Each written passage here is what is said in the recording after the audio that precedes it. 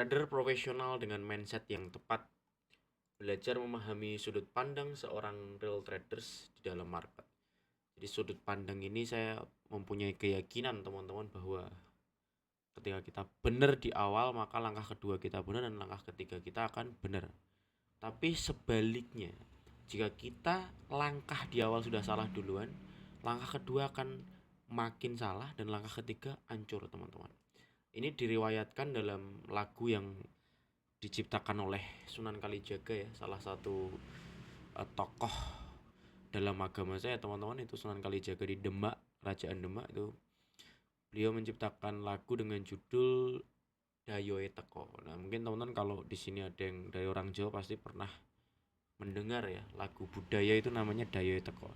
Di lagu tersebut itu mengartikan teman-teman bahwa ketika seseorang sedang mengalami masalah dan penyelesaiannya itu salah di awal, maka masalah tersebut bukannya malah selesai, malah makin lebar. Kenapa saya harus bicara ini dulu teman-teman? Karena jauh dari keilmuan psikologi ditemukan, keilmuan psikologi modern ditemukan, Sunan Kalijaga itu sudah memahami konsep ini teman-teman. Sudah memahami konsep bahwa ketika ada sebuah masalah, maka harus diselesaikan dengan tepat. Jika tidak, maka masalahnya akan 2 kali lipat lebih rumit. Itu diartikan di lagu Dayoe Teko. Itu orang Jawa pasti paham teman-teman. Orang Jawa yang memahami sejarah pasti paham. Dan saya memiliki keyakinan itu karena bayangin ini keilmuan udah ratusan tahun. Lagu itu sudah ratusan tahun diciptakan. Artinya memang manusia itu cara berpikirnya seperti itu. Ketika memandang sesuatu dengan benar di awal, maka hasil dua tiganya kemungkinan besar akan benar. Dan ketika manusia memandang di awal sudah salah, maka hasil kedua ketiganya makin rohnya makin hancur salahnya teman. Maka saya taruh di materi pertama Isonra Academy ini adalah cara memandang dunianya dulu, atau mindset, cara berpikirnya. Cara berpikir dan cara melihat kita dunianya, dunia trading itu seperti apa. Karena kalau di sini kita beres dulu, ya berarti fundamental atau fondasi dari diri kita itu udah beres dulu, sehingga nanti begitu masuk kedua, masuk ketiga, masuk keempat, masuk kelima, kita semakin enak teman-teman. Kita gampang menciptakan budayanya menjadi mudah. Maka saya akan men-sharingkan dulu ke teman-teman materi pertama ini diawali dengan mindset. Jadi belum langsung ke trading ngeklik buy dan sell gitu ya. Itu nanti teman-teman. Di sini kita harus tahu dulu perbedaan antara trader dan investor, karena saya yakin teman-teman masuk ke Iswandra Academy itu untuk menjadi seorang trader, bukan untuk menjadi seorang investor. Kalau kalau mau jadi seorang investor nggak masuk di Iswandra Academy kan. Di sini kita harus bisa membedakan. Poin pertama itu adalah short term dan long term. Trader itu short term dan investor long term. Perbedaannya adalah short term itu jangka pendek, long term itu jangka panjang transaksinya, teman-teman. Ya. Jadi seorang trader harus memiliki prinsip bahwa ketika saya salah, saya akui bahwa saya salah, analisa saya salah, dan saya akan cut secepat mungkin sehingga sisa dari modal saya masih bisa untuk membalas kekalahan yang sudah saya terima sebelumnya. Itu trader. Kalau investor enggak, Pak. Dia punya duit 100 juta masukin SRP. Kalau enggak minus 50% enggak akan di cut loss, teman-teman. Itu investor rata-rata seperti itu. Jadi investor tuh memiliki toleransi resiko tuh bisa sampai 50% kekalahan, teman-teman. Sedangkan kita seorang trader, bahkan 1% pun kita udah nggak boleh di hold. 1% yang saya maksud tuh bukan bukan berarti 1% dari nilai koinnya ya. Misal Bitcoin dari 60.000 turun $600 kita cut loss, nggak gitu konsepnya. Jadi teman-teman jangan langsung berpikir bahwa lah kalau 1% cut loss, 1% cut loss ya sering sering salah Pak Is. Jangan berpikir liar dulu teman-teman. Itu bukan maksud saya seperti itu. Yang saya maksud 1% kita cut loss adalah modalnya, bukan nilai dari harga koinnya. Lalu banyak trader yang tidak paham nilai dari koin minus 1% sama nilai dari modal kita minus 1% tuh nggak paham. Kalau nilai dari koin minus 1% ya pasti gampang SL-nya. Kalau kita entry minus 1% sesuai harga koin. Misal teman-teman entry Bitcoin di 60.000, dia minus ke 59.400, berarti kan dia minus 600 tuh, minus 1% tuh. Sama dengan teman-teman cut loss. Ya itu pasti banyak lossnya Pak, saya juga tahu. Tapi yang saya maksud di sini adalah minus itu minus dari modal. Dan itu sesuai struktur, sesuai metode, sesuai konfirmasi harga, itu akan sangat sulit kena SL, teman-teman. Ini saya memiliki rekor terbaru, teman-teman, di 2024 ya. Saya benar berturut-turut 9 kali dengan risk reward 1:1,5. Berturut-turut loh, teman-teman. Nanti saya kasih yang updatean baru kemarin market HIVI. Mungkin di sini ada yang alumni pasti tahu HIVI kemarin saya nge-share signal. Yang di sini yang apa? Remedy pasti tahu kemarin saya nge-share signal HIVI, dan itu adalah profit benar ke 9 kalinya dengan risk reward 1:1,5, teman-teman. Bukan 1:1 ya, tapi 1:1,5. Jadi akan sangat sulit kena SL kalau teman bener gitu loh. Jadi nggak usah khawatir. Cuman ketika kita salah, kita akui secara cepat bahwa saya salah dan saya harus cut loss. Bukan malah di hold seperti investor, saya hold, siapa tahu nanti naik lagi. Siapa tahu nanti naik lagi itu adalah emosional, itu bukan data. Kalau sampai ada kalimat siapa tahu, lah siapa yang tahu, Pak? Nggak ada yang tahu. Ya. Jadi teman-teman jangan sampai ada kalimat siapa tahu, siapa tahu. Makanya saya hold. Nggak ada. Ya. Berarti kalau saya udah salah struktur, saya harus akui dengan cepat, saya harus merelakan SL saya, Pak Is. Iya, betul. Teman-teman harus merelakan SL-nya. Nah, kalau saya merelakan SL, saya kehilangan duit dong, Pak Is. Kehilangan duit kan nggak tiap hari, teman-teman. Mana mungkin ada trader jago tiap hari 30 hari minus semua, Pak.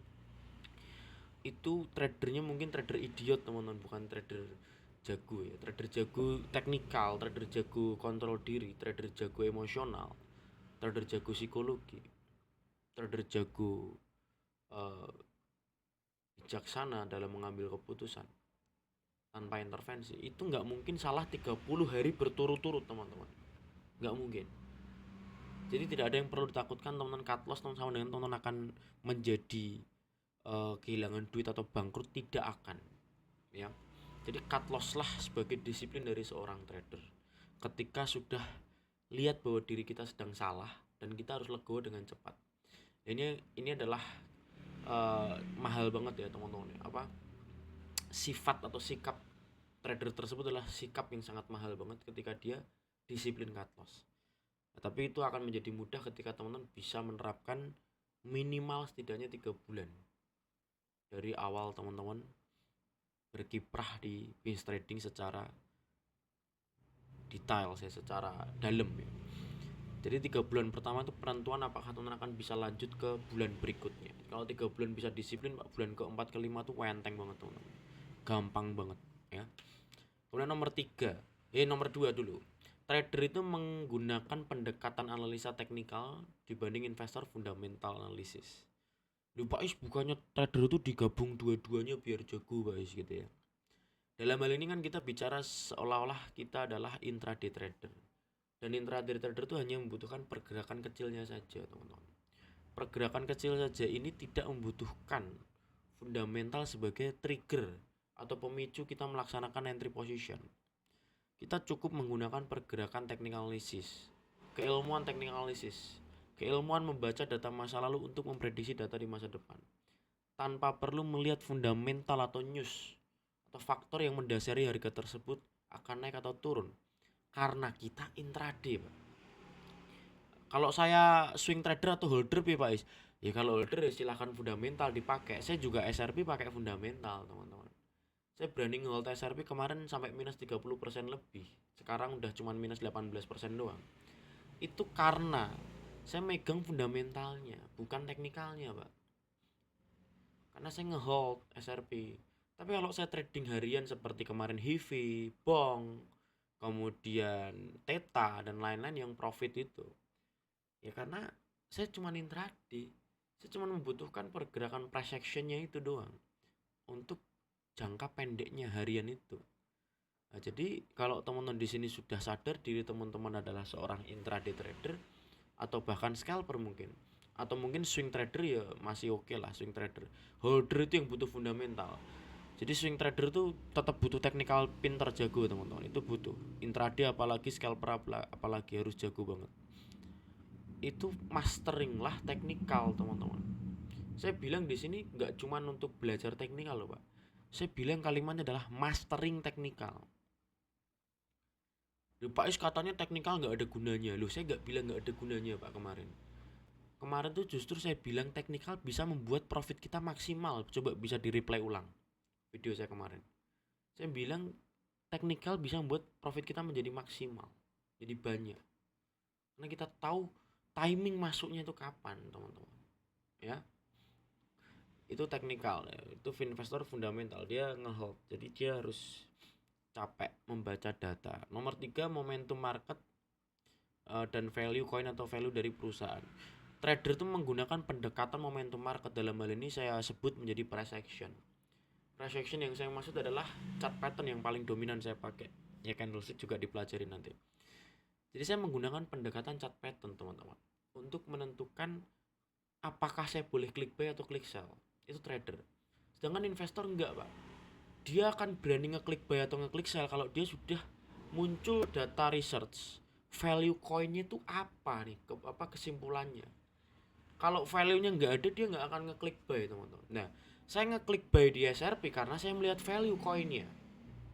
Itu saya ngeklik buy, Pak, di SRP. Karena saya ngehold. Tapi kalau saya nge-buy di HIVI kemarin itu nggak ada hubungannya. Saya tahu foundernya siapa, value-nya apa, gunanya di real world apa. Saya nggak peduli sama sekali, teman-teman. HIVI USDT kemarin, koin HIVI. Saya masuk dan saya cuan hanya karena momentumnya terbentuk chart pattern. Gitu loh, Pak. Nah, saya pengen kita semua di sini cara pandangnya benar dulu bahwa saya dan teman-teman adalah trader. Jadi yang kita fokuskan yang trader aja. Loh, tapi bukannya di combine lebih bagus, Pak Is? Ya silahkan di combine kalau mau pusing kepalanya, teman-teman. Kalau saya nggak mau pusing, Pak. Gitu. Kalau saya bisa mungkin effort saya kecil tapi hasil saya besar. Saya paling heran sama orang yang effortnya besar hasilnya kecil dan masih mau melaksanakan itu. Kecuali mau kerja bakti, teman-teman, ya silahkan. Kerja bakti kan capek ya, teman-teman, ya. Sama bapak-bapak di RT, RW, ya.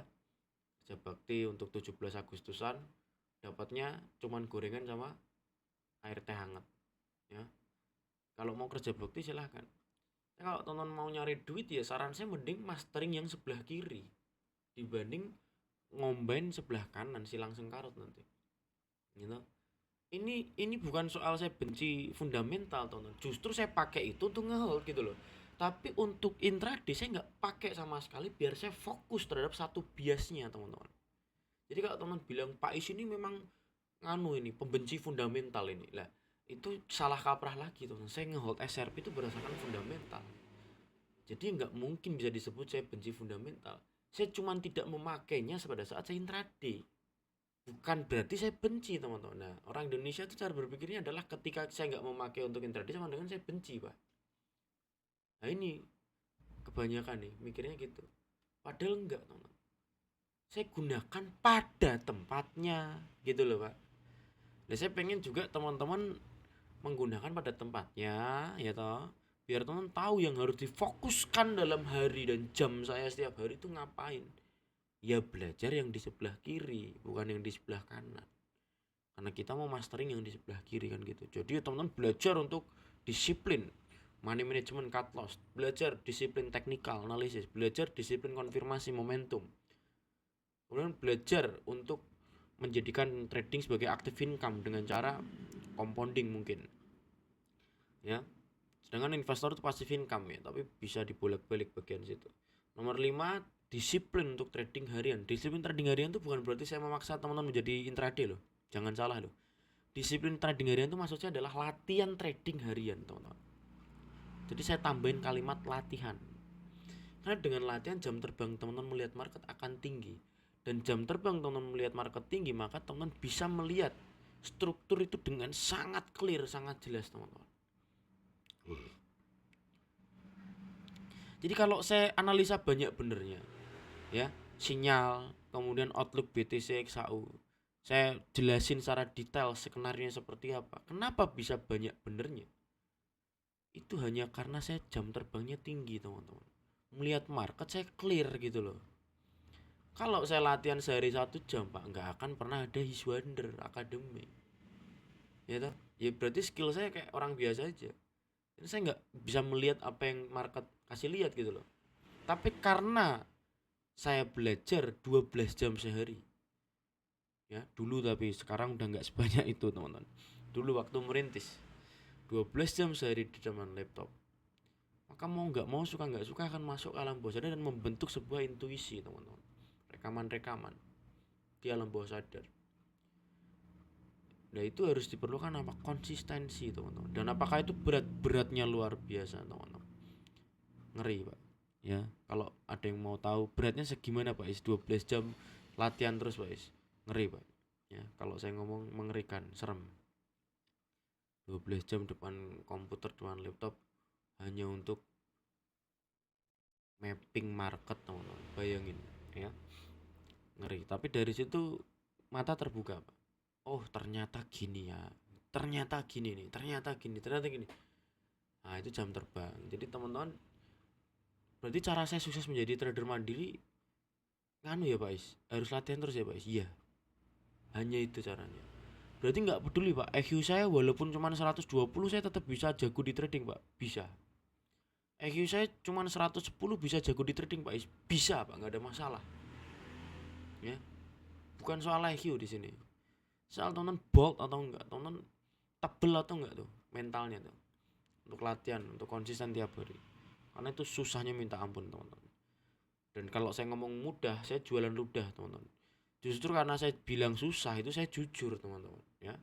Dan teman-teman harus aware, karena saya bilang itu susah, artinya teman-teman harus berjuangnya lebih dong.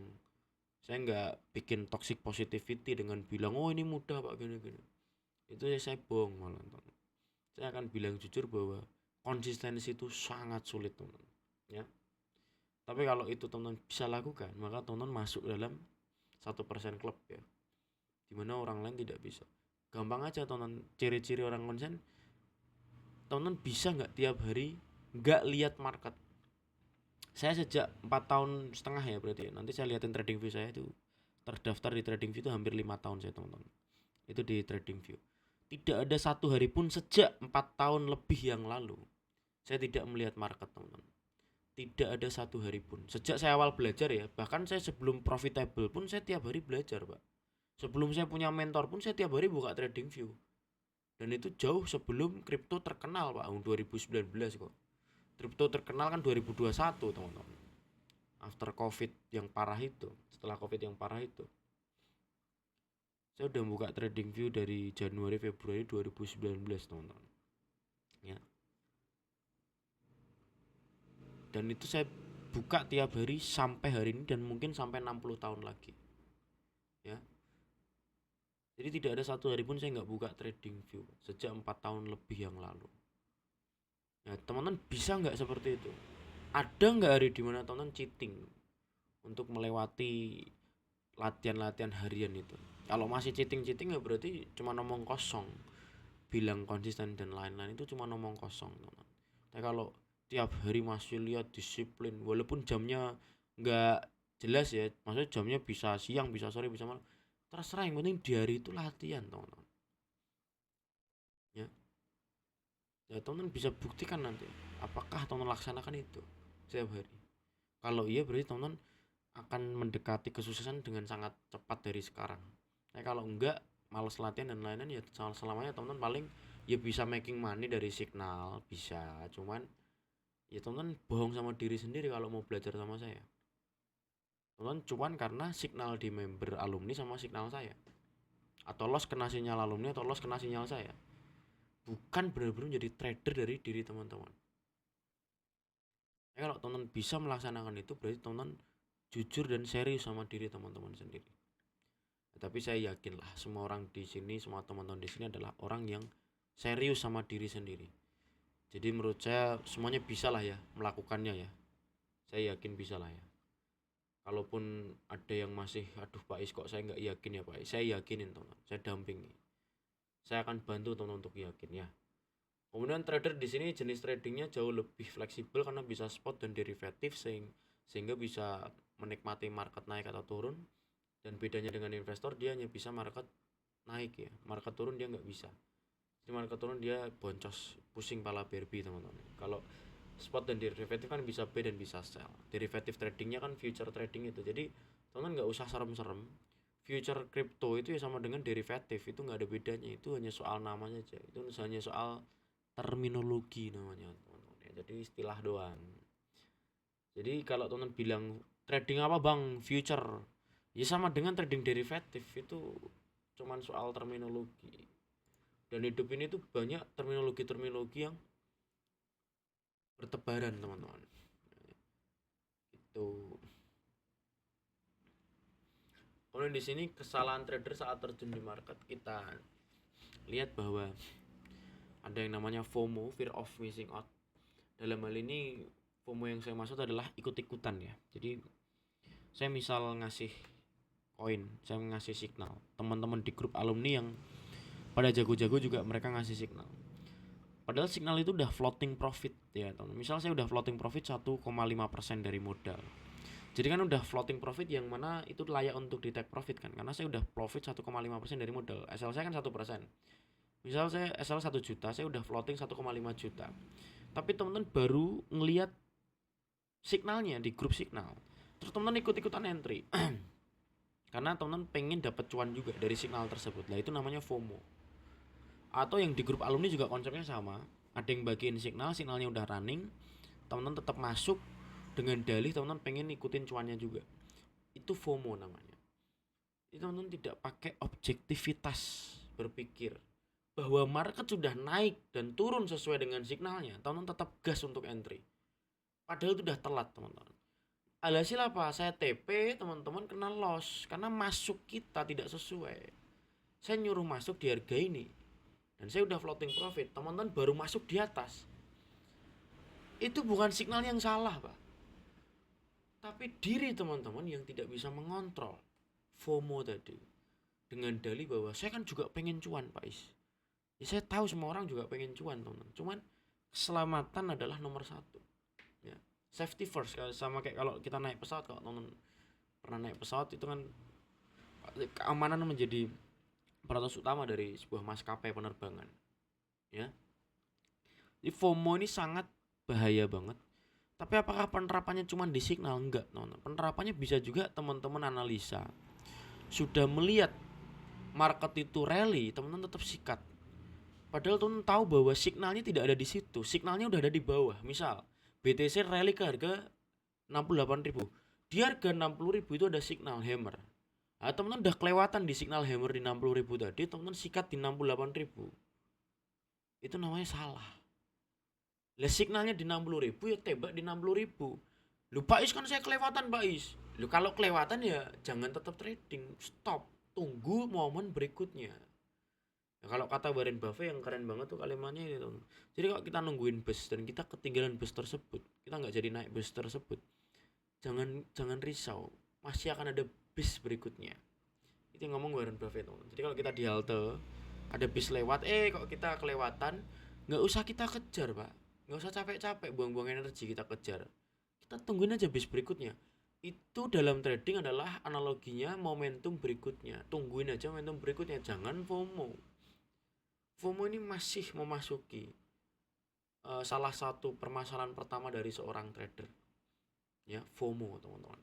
Jadi mereka ketidakmampuan seorang trader untuk mengontrol diri mereka, untuk disiplin terhadap data, dan hanya menuruti keinginan nafsu belaka teman-teman. Itu adalah FOMO.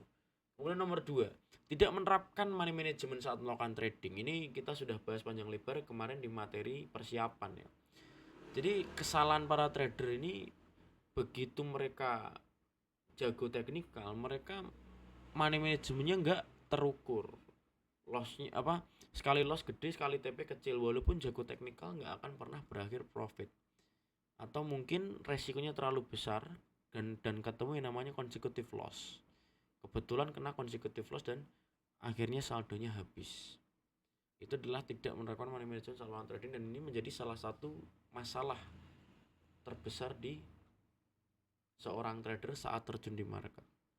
Dan banyak yang sudah menyadari itu tapi masih dilakukan karena mereka sombong teman-teman. Tahu nggak? Kenapa orang yang sudah sadar ini masih melakukan? Karena mereka sombong teman. Tahu nggak kenapa?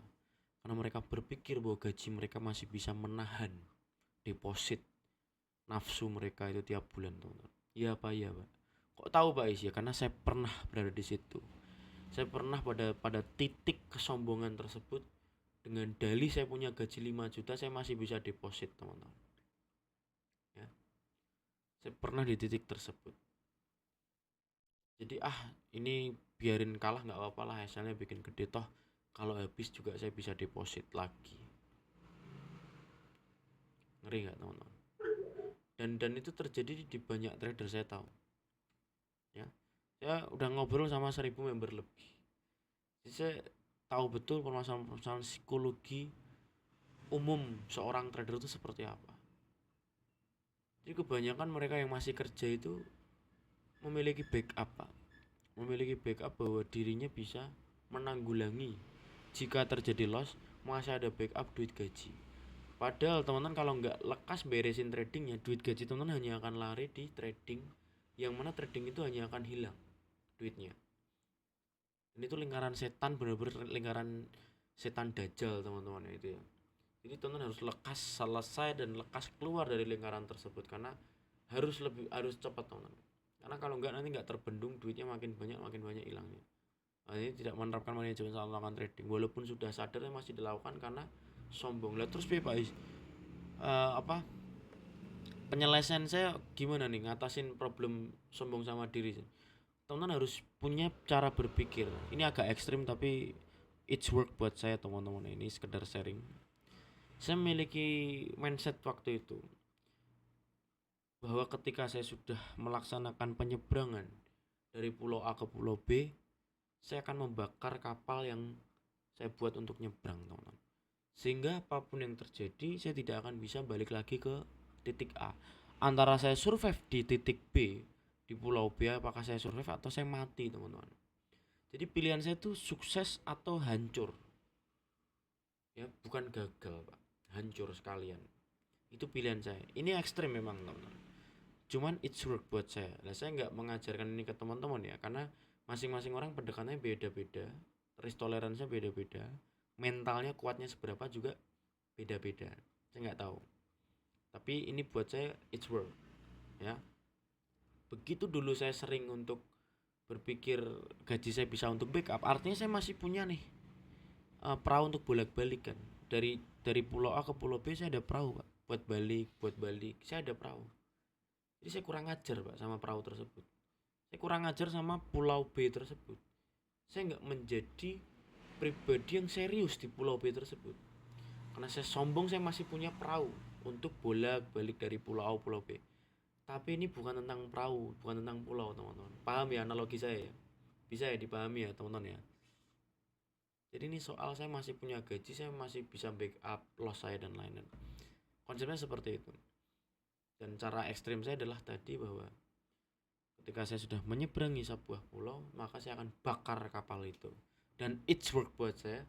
Saya bahkan tidak membuat ruang untuk kegagalan, teman-teman. Jadi ruang yang saya bikin adalah antara ini berhasil, atau berhasil, atau berhasil, atau berhasil, atau berhasil. Tidak ada ruang untuk gagal. Bahkan ketika itu terjadi kegagalan sekalipun, saya nggak menganggap itu kegagalan, teman-teman. Saya menganggap bahwa itu pelajaran. Jadi kalau saya menganggap itu kegagalan, saya akan kehilangan motivasi. Saya akan kehilangan semangat. Karena begitu keseringan gagal, nanti kita akhirnya putus asa. Aduh, ini beneran bisa nggak sih kok gagal mulu. Nah, tapi kan kalau kita menganggap itu sebagai sebuah pembelajaran dan kita catat, kita journaling di situ, maka kita akan belajar terus, teman-teman, dari mistik atau kesalahan-kesalahan yang sudah kita lakukan tersebut.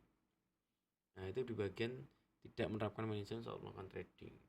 Kemudian nomor 3, beli kucing dalam karung. Know what you pay, mengerti proyek apa yang ingin dibeli. Ini juga salah satu hal yang perlu kita resapi dengan serius, teman-teman ya. Beli kucing dalam karung ini adalah sebuah konsep ketika misal saya tanya dengan Pak Andi misal atau Pak Livi. Ini saya tanya misal ya, ini hanya misal saja, saya nyebut nama tuh random, teman-teman. Pak, kenapa BTC kuat naik, Pak? Saya tanya gitu. Waduh Pak Is, feeling saya ini memang kuatnya kayaknya mau naik deh Pak istilah. Itu jawaban anak TK teman-teman ya. Kalau ditanya BTC kenapa mau naik Pak, nah itu jawaban anak TK. Karena feeling saya mau naik Pak Is. Nah itu jawaban anak TK. Nah, terus jawaban yang bener emang piye Pak Is? Kok malah anak TK misalnya teman protes gitu. Jawaban yang bener adalah ini kenapa akan naik Pak Is? Karena trennya bullish secara kode. Nanti saya ajarkan caranya. Secara coding dan secara struktur market dia berada di dalam tren bullish, di dalam channel bullish dan di area demand. Dan di area demand terhadap konfirmasi hammer. Dan saat terjadi konfirmasi hammer, saya mengambil opportunity untuk risk to reward 1:2 dengan resiko saya 1% dari 100 juta dan take profit 2% dari 100 juta. Maka saya memiliki keyakinan bahwa BTC ini akan kuat naik secara data. Nah itu baru anak S3, S2 kuliah ya, bukan anak TK teman-teman. Jadi kalau ditanya, Pak kenapa ini mau naik Pak? Karena kan kayaknya feeling saya mau naik deh Pak Is gitu. Nah itu berarti beli kucing dalam karung. Artinya teman melaksanakan sebuah kegiatan tanpa melihat datanya apa, tanpa melihat ini apa sistemnya gimana dan nggak paham sama sekali. Teman tiba-tiba sikat klik aja udah. Kenapa saya sangat yakin ngehold SRP? Walaupun kemarin saya sempat minus 30%an teman-teman dari modal yang saya masukkan di SRP. Dan itu bukan nilai yang kecil teman-teman bagi saya. Mungkin bagi teman-teman di sini yang duitnya udah 10 miliar lebih ya duit saya itu kecil ya saya masukkan di SRP. Tapi bagi saya itu gede banget teman-teman. Dan saya masih memiliki keyakinan untuk ngehold 30%. Ya. SL minus tuh, bukan SL sorry, floating minus. Dan sekarang tinggal minus 18%an lah teman-teman, nggak banyak. Dan saya yakin ini akan to the moon pada saatnya nanti karena saya memegang data. Jadi bukan beli kucing dalam karung. Saya beli SRP itu nggak beli kucing dalam karung Pak. Ya, researchnya tuh benar-benar mendalam banget. Nah itu yang membuat hati saya menjadi tenang untuk ngehold walaupun sekarang lagi floating minus ya. Dan hitung-hitung ya buat tabungan masa depan juga lah teman. Karena menurut saya nggak mungkin SRP itu bangkrut teman-teman ya. Menurut saya teman-teman bisa pilih koin lain tapi kalau saya SRP dan itu saya juga mau ikutan Pak nggak boleh. Loh beli kan pakai duit saya sendiri Pak, kok ngapain saya nggak boleh beli SRP? Maksud saya nggak boleh ikutan beli SRP kalau teman-teman hanya ikut saya. Tapi kalau teman-teman nanti sudah jago teknikal, sudah jago fundamental, teman-teman mau beli SRP berdasarkan data yang teman-teman collecting sendiri, silahkan. Jadi teman-teman di Zoner Academy itu bukan diajarin jadi domba Pak, mohon maaf Pak. Teman-teman di Zoner Academy diajarin jadi serigala Pak, jadi alpha teman-teman. Teman-teman dididik di sini untuk menjadi pemimpin minimal untuk diri teman-teman sendiri. Minimal. Jadi kalau grup lain tuh memaksa teman untuk menjadi, mohon maaf Pak, apa orang-orang yang disuruh-suruh, orang yang suruh manut, orang suruh nganu, itu kalau di grup lain mungkin seperti itu, tapi di Zoner enggak. Bahkan kalau saya ngasih signal pun teman-teman harus cross check itu dulu sebelum teman entry. Jangan langsung dimakan mentah-mentah teman. Walaupun signal saya profitable secara data 2 tahun ke belakang ya, yang saya abadikan secara screenshot before after, tapi tetap teman harus memiliki hak prerogatif untuk ngecek sendiri apakah layak untuk teman entry signal saya itu. Jadi bukan berarti saya ngasih signal teman saya jadiin Pak pengikut saya harus apa nyembah-nyembah Iswander enggak. Nah kalau bocil-bocilan main kripto nyembah teman mainnya. Kalau sama admin grupnya itu disembah Pak. Secara nggak langsung mereka nyembah teman-teman. Nyembah berhala mereka. Nah, di Zoner nggak boleh seperti itu. Di Zoner nggak ada yang jago. Adanya adalah orang disiplin dan konsisten. Saya yakin ilmu ini semua orang pelajari 3 bulan tuh paham kok. Tapi bisa nggak disiplin konsisten seumur hidup lah itu saya nggak yakin semua orang bisa soalnya. Jadi selama kita unggul di situ kita akan masih aman teman di bisnis ini, di bisnis trading. Apakah susah Pak? Ya susah banget serius. Ya, tapi nggak apa-apa. Itu proses teman-teman. Ya. Kemudian nomor 4 kuat nahan loss nggak kuat nahan floating profit ini juga masalah yang luar biasa sangat bahaya teman-teman. Teman-teman berani loss 5% dari modal. Lah TP baru 1% udah diambil. Teman berani loss 40% dari modal, TP baru 2% udah diambil. Teman-teman selama ini tidak akan pernah profit konsisten. Terus yang bener gimana Pak? Minimal kalau teman berani hilang satu, harus berani TP satu. Dan kalau teman di awal berani hilang 3, minimal TP juga 3. Misal teman punya duit 100 juta, teman-teman nekat di sini ngelawan rules dari Zonra Academy ya. Kan amannya kita pakai 1% kan. Teman-teman nekat melawan itu. Pak Is, saya nggak peduli 1%, kelamaan Pak Is, profit 1 juta sehari. Saya maunya profit 3 juta sehari Pak Is. Teman-teman pakai risk 3 juta, sekali loss ketika mengalami loss, teman-teman harus melaksanakan profit minimal juga 3 juta. Jangan sampai profit baru 1 juta di TP atau profit baru 2 juta di TP. Itu nggak boleh. Itu haram hukumnya, teman. Jadi risk to reward itu simetris minimal. Harus 1:1. Kalau 1:2 itu ya bagus, 1:3 bagus. Tapi nggak boleh 1:0,5. Artinya teman-teman berani hilang 1 juta dari modal 100 juta, tapi hanya berani TP 0,5% dari 100 juta atau 500 ribu. Nah itu nggak boleh. Jadi risk to reward itu harus simetris atau lebih, nggak boleh asimetris bawah. Asimetris bawah itu artinya SL lebih besar dibanding TP. Itu nggak akan pernah ketemu profit konsisten. Itu kutukan money management. Mau sejago apapun teman trading nggak akan pernah bener hasil akhirnya, nggak akan pernah profit konsisten selama teman-teman masih asimetris risk to reward. Kita masuk elemen berikutnya, teman-teman. Trading versus gambling. Di sini kita akan membahas konsep bisnis dan perjudian, teman-teman. Jadi trading itu bisa menjadi sebuah bisnis dan bisa menjadi sebuah perjudian. Saya tidak naif, teman-teman. Mohon maaf, mic-nya nanti Pak Andi ya. Jadi ada sesi tanya jawabnya nanti Pak Andi. Nah, jadi kita akan membahas di sini untuk bisnis versus gambling, teman-teman. Apakah trading itu judi, Pak Is? Saya jawab bisa iya, bisa enggak. Dan saya juga menjawab, apakah kita berangkat kerja naik motor juga judi, Pak Is? Ya bisa saya jawab enggak, bisa jawab iya. Karena saya waktu itu pagi-pagi nyari pecel, teman-teman, di Solo, keluar dari gang, ngelihat cewek jalan bener, tabrak kakinya putus, teman, dan itu di depan mata saya. Udah dia naik motor bener, Pak. Saya ngeliat betul dia ngegas itu normal-normal aja. Dia pakai helm, dia pakai celana jeans, pakai motor matic, ada nomornya, ada STNK-nya, beres. Tabrak sama bis belakangnya, kakinya putus, Pak. Itu orang berangkat kerja, teman-teman. Saya pagi-pagi tuh nyari pecel waktu itu di Solo. Jadi kalau teman bilang apakah trading bisa perjudian, bisa bis, saya bilang iya. Dan apakah kita berangkat kerja atau kita menjalani hidup itu bisa bis dan bisa judi, saya bisa bilang iya.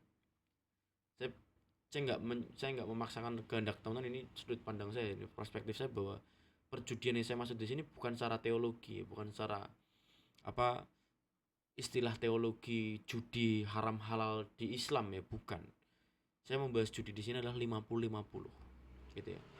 Trading bisa menjadi bisnis dengan probabilitas yang sangat besar kalau kita paham ilmunya dengan komprehensif, dengan luas.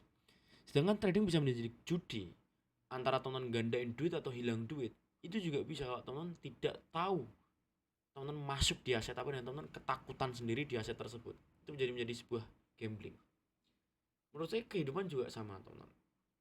Ketika kita sudah hati-hati, sudah nganu, masih ada resiko untuk salah, Pak. Sama, kita di trading juga sudah hati-hati, sudah benar, masih ada resiko untuk salah. Tapi kalau di trading masih bisa dibatasi dengan SL.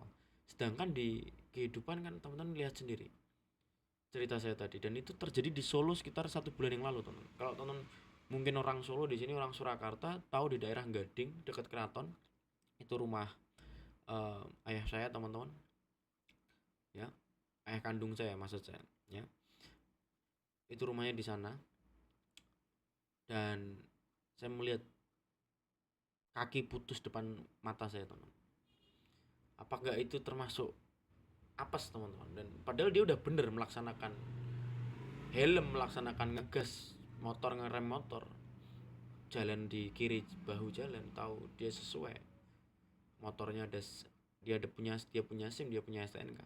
Trading juga sama, walaupun sejago apapun kita tuh ada yang namanya loss. Tapi kan bisa dibatasi, teman-teman. Ya. Kalau gambling enggak, Pak. Teman-teman enggak tahu alasan itu masuk apa. Jadi kemungkinan teman-teman menang itu hanya 50-50. Sedangkan kalau teman-teman bisnis, trading, itu kemungkinan teman-teman menang itu bisa 80-70.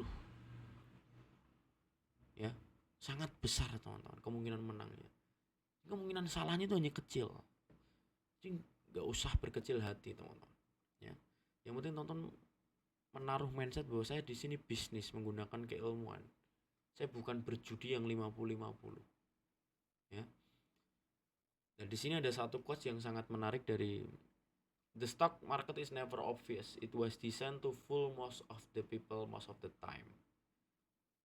The stock market di sini saya ubah terminologinya menjadi dunia trading gitu ya. Dunia trading nggak pernah jelas. Ini memang didesain untuk orang bodoh, teman-teman, selamanya. Ya, sepanjang waktu tuh memang ini didesain untuk orang bodoh, teman-teman. Loh, berarti kita orang bodoh semua, Pak Is. Maksud saya tuh gini loh, Pak. Dunia bisnis, Pak, ya, nggak cuman trading sebenarnya. Dunia bisnis itu selalu melahirkan 90% orang gagal, teman-teman.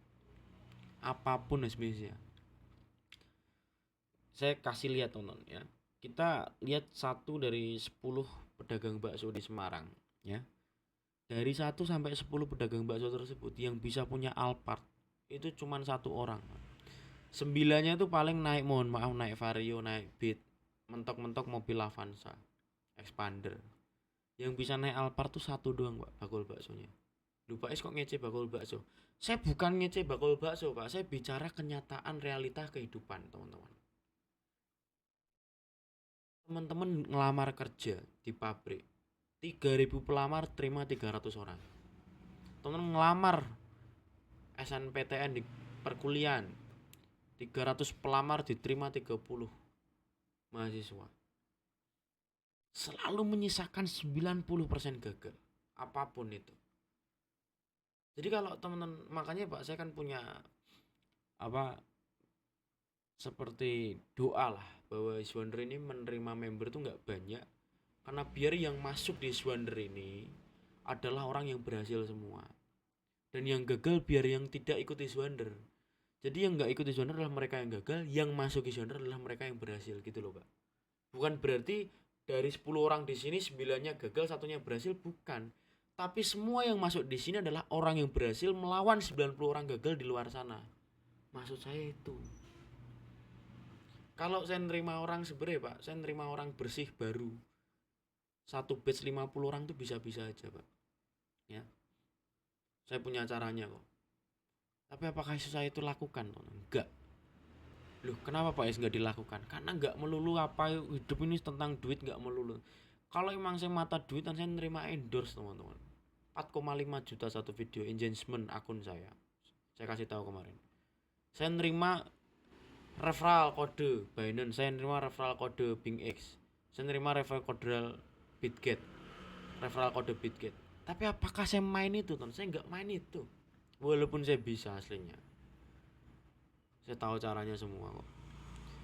Tapi saya nggak lakukan. Ya, karena nggak melulu soal duit, tapi hidup itu juga harus memberi makna, memberi value, memberi nilai. Ya. Saya di sini pengen teman-teman semuanya percaya juga dengan diri teman-teman, karena saya sudah yakin sama teman-teman, harus juga sudah yakin sama diri sendiri. Saya yang bukan diri teman-teman, saya percaya sama teman-teman. Nah, teman-teman harus lebih percaya dengan diri teman-teman sendiri, bahwa teman-teman akan bisa mengalahkan 90 orang di luar sana yang tidak join Iswander. Sanggup ya? Ya. Jadi teman-teman tinggal nurutin semua yang saya bilang ya. Urutin semua dan disiplin terhadap itu. Tempa diri teman-teman. Saya yakin teman-teman bisa ngalahin 90 orang di luar sana. Loh, tapi kalau saya nggak usah ngalahin orang lain, tapi kita sama-sama kaya semua, bisa nggak Pak Isa? Itu namanya naif, teman-teman. Mohon maaf. Kalau teman-teman masih ada pikiran seperti itu, namanya naif, munafik, teman-teman. Kehidupan ini nggak bisa semua orang bahagia, teman. Surga saya itu neraka bagi teman-teman, neraka teman-teman surga bagi saya. Kehidupan tuh seperti itu konsepnya, teman. Maksudnya gimana Pak Is? Kalau misal teman-teman beli mobil, pasti tetangga teman-teman pasti akan sirik, dan itu pasti. Teman beli mobil baru misal Alphard atau Palisade ya, Hyundai Falset itu. Pasti tetangga teman-teman yang mobilnya expander, mobilnya Avanza pasti sirik teman-teman. Itu duit dari mana tuh dia beli Palisade itu? Beli Hyundai Falset tuh. Beli Alphard duit dari mana tuh? Ini surga bagi teman-teman adalah neraka bagi orang lain. Dan itu hukum dunia teman-teman. Ya, itu hukum dunia. Jadi semakin kita sadar itu, semakin kita dewasa teman-teman. Semakin kita nggak hidup dalam kenaifan. Ya.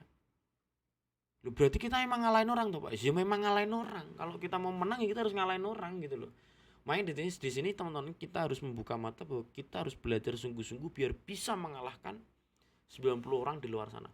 Tapi saya orangnya malas bersaing Pak Is. Lu lebih ya, hidup itu berjuang kok. Setahu saya teman-teman Al-Qur'an ya, ini kitab saya. Dan saya kan juga punya kiai, saya rutin untuk diskusi dengan beliau teman-teman.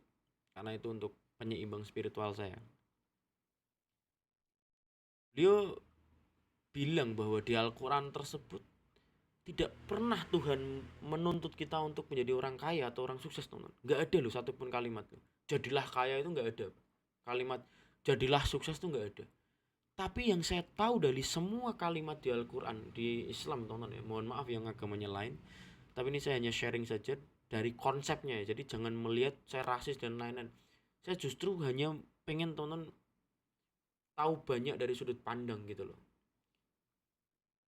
Dari kitab Al-Quran itu hanya menuntut manusia itu untuk berjuang Pak. Bukan untuk kaya, bukan untuk miskin, bukan untuk sukses, bukan untuk gagal.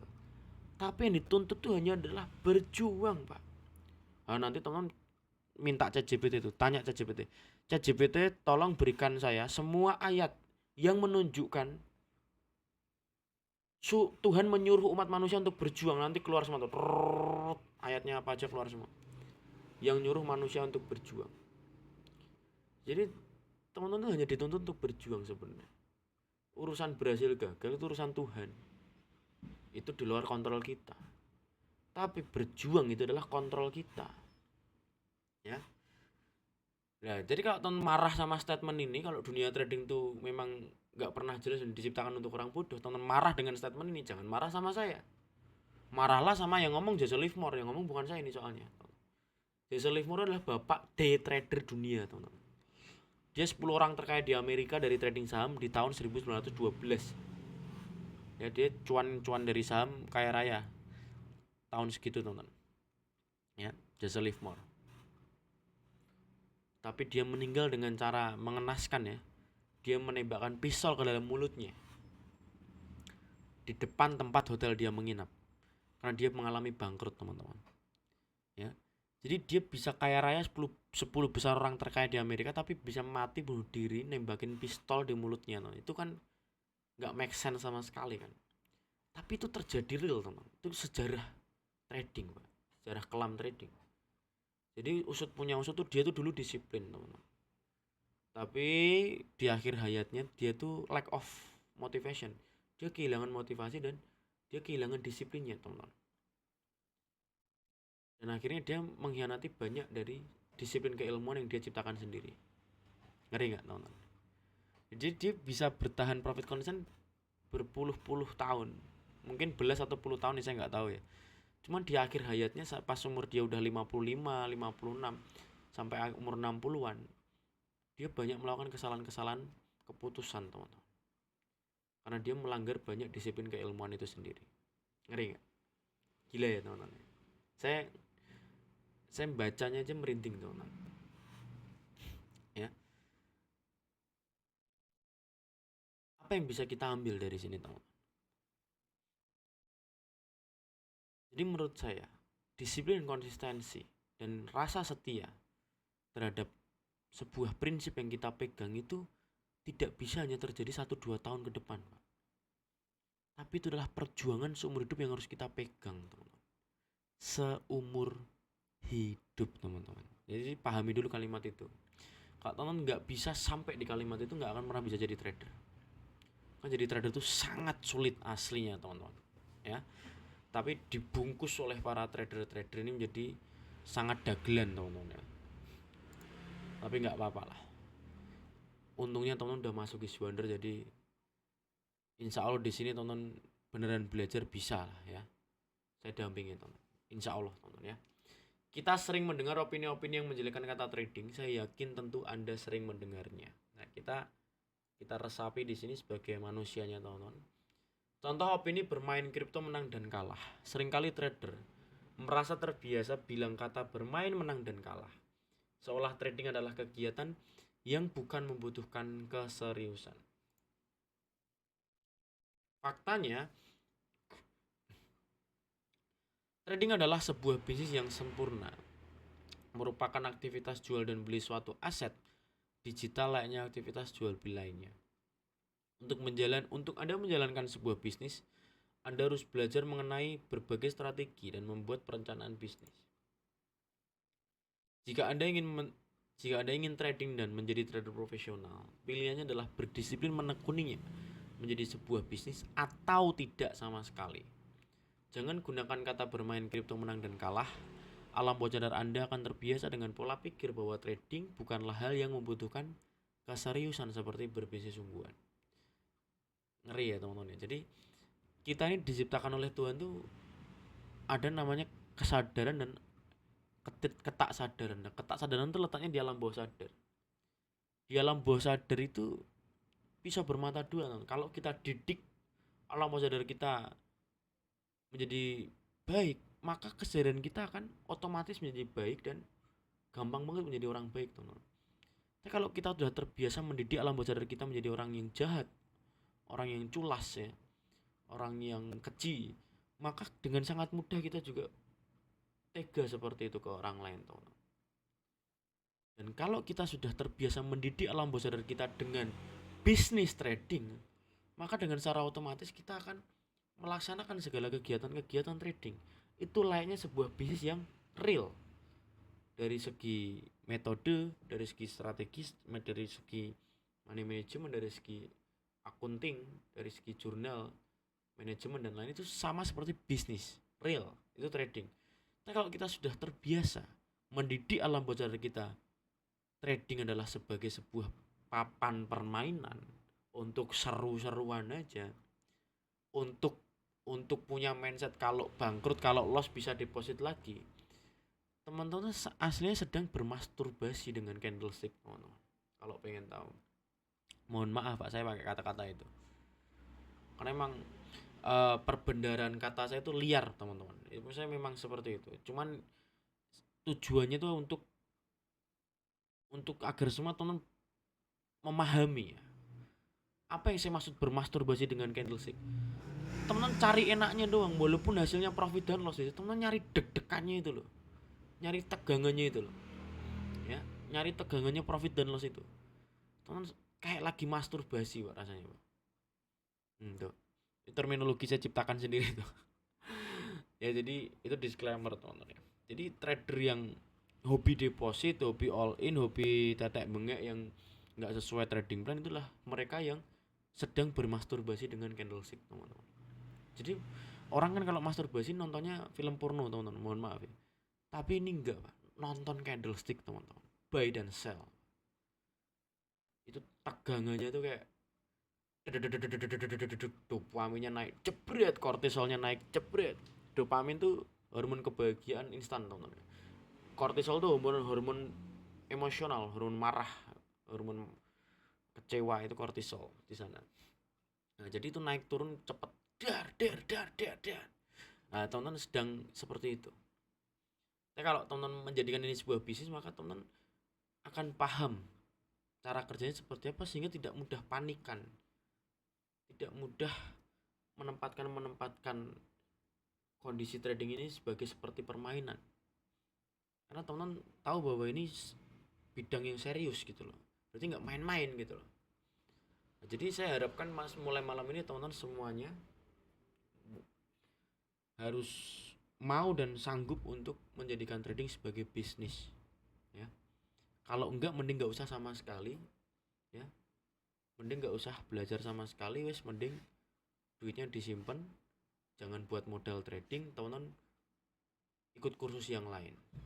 Kalau teman-teman memang tidak mau dan tidak sanggup untuk menjadikan trading sebagai bisnis, Pak Is, saya maunya trading sebagai mainan kok, maunya sebagai game, karena saya seru-seruan doang. Nah itu monggo. Tapi kalau tonton Pak Is, saya mau jadikan trading sebagai bisnis Pak Is. Saya sangat setuju dengan konsep Pak Is karena saya memang serius sama Pak Is. Saya serius untuk belajar biar bisa sama Pak Is. Nah itu saya bantu, gitu. Saya bantu. Saya harapan saya teman-teman milih yang poin kedua itu semua dari tadi. Semuanya saya harapkan teman-teman milih yang poin kedua. Kemudian opini berikutnya, kamu bakal rugi susah profitnya. Anda dan saya sering mendengar kalimat tersebut dari orang yang bahkan tidak menggeluti jenis trading manapun. Tapi kita sering dibuat mental down karena mendengar dan memikirkan kalimat tersebut seolah kita memang benar-benar rugi dan tidak pernah profit. Faktanya semua trader pasti akan mengalami kerugian, tidak mungkin tidak. Setiap trader dari pemula sampai profesional dalam setiap bulan mengalami kerugian. Bahkan kerugian atau cut loss adalah bagian dalam kehidupan trading sehari-hari seorang trader. Jadi kalau ada orang lain di luar sana yang mana dia itu paham aja juga enggak, trading juga enggak, tahu arti trading ya juga enggak, trading itu apa aja juga enggak tahu dia, tapi dia ngelarang-larang teman-teman trading, dia jelek-jelekin trading di depan teman-teman, dimasukin telinga kanan, keluarin telinga kiri aja, jadi nggak usah masukin hati karena itu sudah jelas hidupnya omong kosong, teman-teman ya. Contoh ya, ini kisah kemarin ya, sekitar Februari, berarti 4 bulan yang lalu lah. Ya 4 bulan 5 bulan yang lalu ya, Februari. Saya beli teman-teman, apa, cilok ya. Saya beli cilok di Pahlawan tuh. Jadi kalau teman-teman tahu Semarang tuh ada namanya Jalan Pahlawan. Di Jalan Pahlawan tuh 24 jam nonstop orang jualan ada, teman-teman. Nah, jadi itu ciri khasnya Semarang tuh. Kota nggak pernah tidur, Jalan Pahlawan. Mau hari biasa, mau hari weekend itu jualan banyak orang di sana, teman-teman. Jalan Pahlawan namanya. Di sana saya gabut Pak, setengah 12 beli cilok kan. Terus bang, cilok bang, gitu kan, digoreng ya, cilor lah, cilok goreng kan.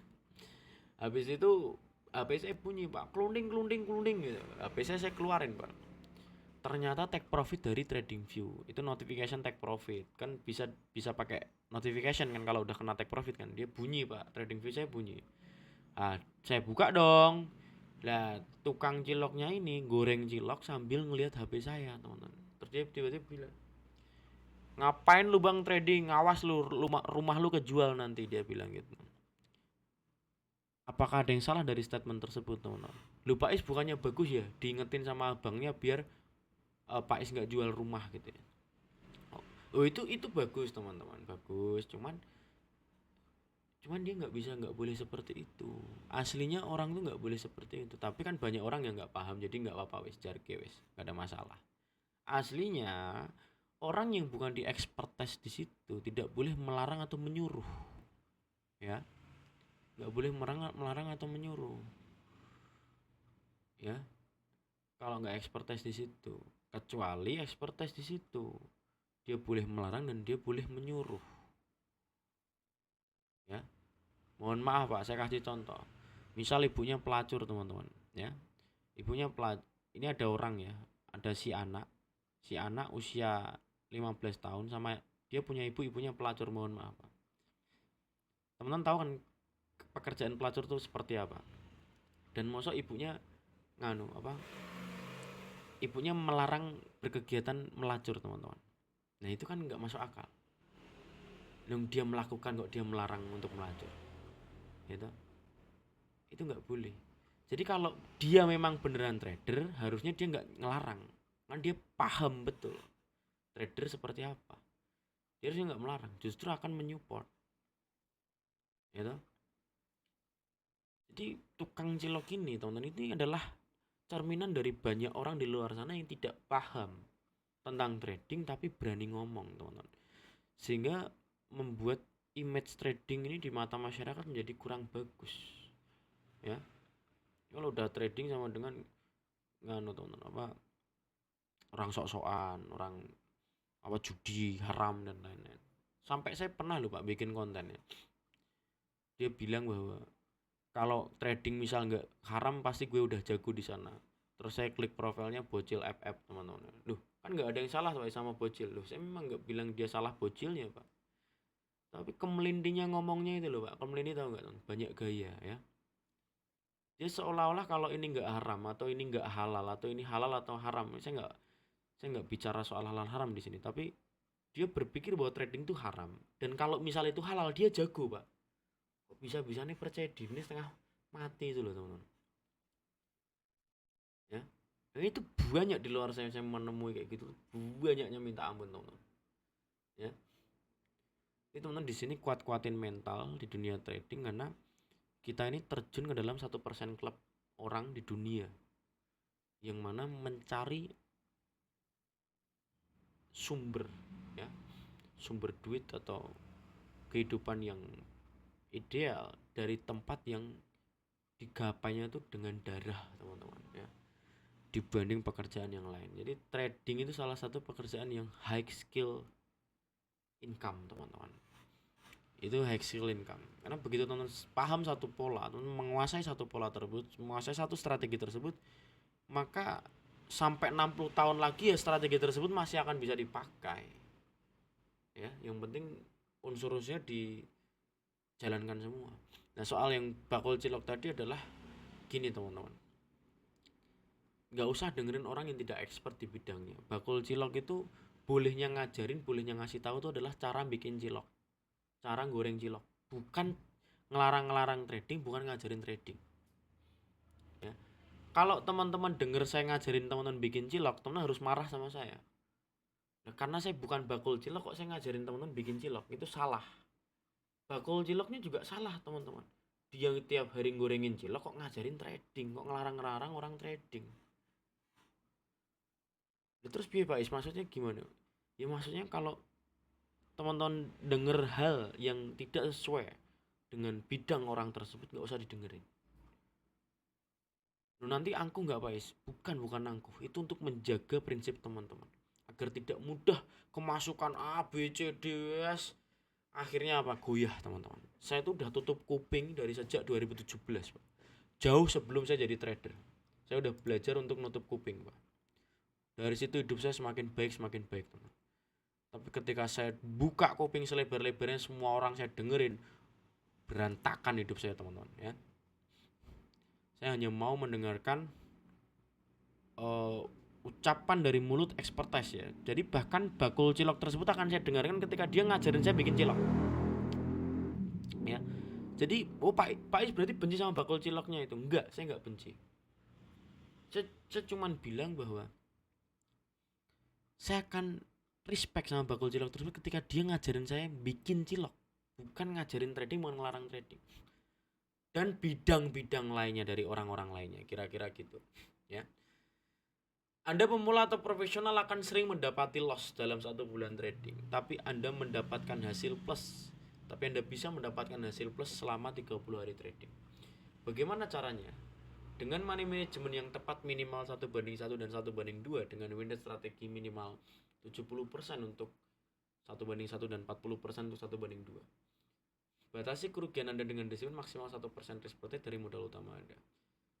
Jadi teman-teman, walaupun kita kelihatannya loss, itu tuh kita nggak akan bangkrut teman, nggak usah khawatir. Karena akan ketutup sama profit, ketutup sama win rate ya.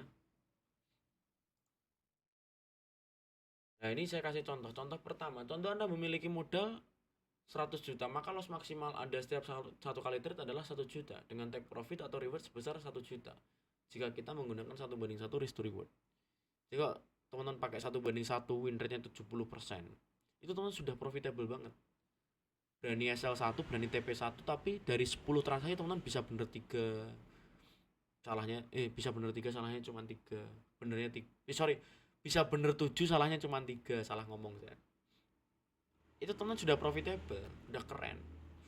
Kemudian contoh nomor 2, contoh Anda memiliki modal 100 juta, maka loss maksimal Anda setiap satu kali trade adalah 1 juta dengan take profit atau reward sebesar 2 juta jika kita menggunakan 1:2 risk to reward guys. Nah, 1:2 itu berarti berani hilang 1 juta dari modal 100 juta, berani TP 2 juta dari modal 100 juta. Ini kita punya win rate 55% aja udah profitable banget teman-teman dalam 1 bulan trading. Kemudian di sini ada 3 jenis trader teman-teman ya. Ada jenis agresif ya, ada jenis scalper itu agresif banget.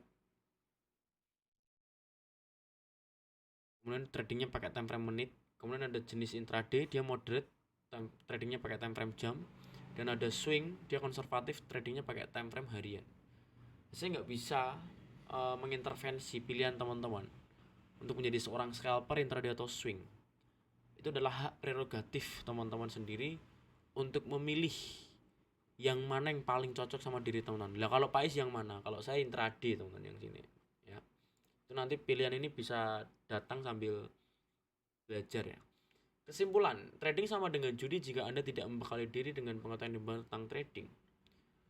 Judi di sini yang saya maksud bukan secara istilah keagamaan ya teman-teman ya, tapi 50-50 lah konsepnya. Jadi trading itu bisa menjadi 50-50 kalau teman tidak membekali diri dengan pengetahuan, dengan keilmuan yang tepat. Tapi trading bisa menjadi apapun seperti yang Anda mau, baik itu judi maupun bisnis, tergantung cara Anda melakukan trading itu sendiri. Nah, saya harap teman-teman semuanya di sini adalah memilih trading sebagai bisnis, bukan trading sebagai judi. Setuju teman-teman? Berikut adalah materi 1, mindset dan psikologi trading. Silakan nih mau tanya Pak, monggo. Mic-nya dihidupkan teman-teman. Silakan Pak. Jika ada pertanyaan dari apa yang kita bahas malam ini, silahkan mic-nya dihidupkan teman-teman.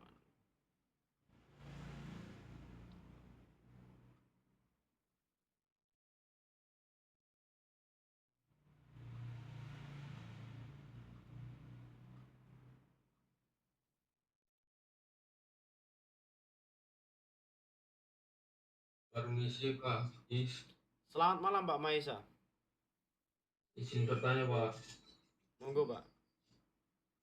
Kan itu ya Pak, tadi kan ada yang misal kuat nahan loss, yang itulah, yang Iya. tidak nahan profit. Nah, kan misal, maaf, misalkan target profitnya kan 1:2 yang kayak tadi. Ya, ya. Ya, Ya. nah itu kan profitnya baru jalan 1 juta itu di profit itu Pak, sedangkan targetnya 2 juta gitu. Ya. Untuk menghindari itu gimana Pak, biar tangannya tidak gatel gitu. Ya, kalau itu tuh sebenarnya soal jam terbang Pak Maisa ya. Jadi menurut saya pun Pak Maisa punya modal 100 juta, SL 1 juta, TP 1 juta, pas 1 juta di TP itu sebenarnya sudah nggak masalah Pak. Aslinya itu udah tepat. Itu bukan melanggar rules karena risk to rewardnya simetris 1:1 minimal kan. Itu udah boleh. Oh, ya. Tapi kalau jenengan tangannya gatel, tangannya kok aslinya Pak Maisa tuh dari hati pengennya tuh take profitnya TP2, TP-nya 2 juta pengennya, tapi baru di 1 sudah gatel. Walaupun di TP1 itu aslinya nggak apa-apa, TP 1 juta itu nggak apa-apa, tapi kalau misal jenengan pengen jago di TP2, jenengan harus beres dulu di TP1 Pak. Nah, jenengan bisa nggak Pak Maisa cek kasih challenge minimal 1 bulan dulu, 1:1 profit konsisten 1 bulan. Gampang nggak Pak Maisa? Challenge saya. Sanggup nggak? Oke. Sanggup nggak? Oke. Sanggup nggak? Dicoba Pak. Dicoba ya. Ya, Nah, sanggup. 1:1 dulu sebulan Pak. Nanti saya yakin di bulan kedua jenengan mulai berani untuk ngehold dan mulai nggak gatel. Karena ini tuh soal latihan Pak, soal jam terbang. Nggak bisa tiba-tiba jenengan langsung saklek. Saya bisa 1:2 Pak Is. Nggak bisa. Jenengan harus melaksanakan dulu yang paling dasarnya 1:1. Baru nanti jenengan akan bisa masuk ke level berikutnya.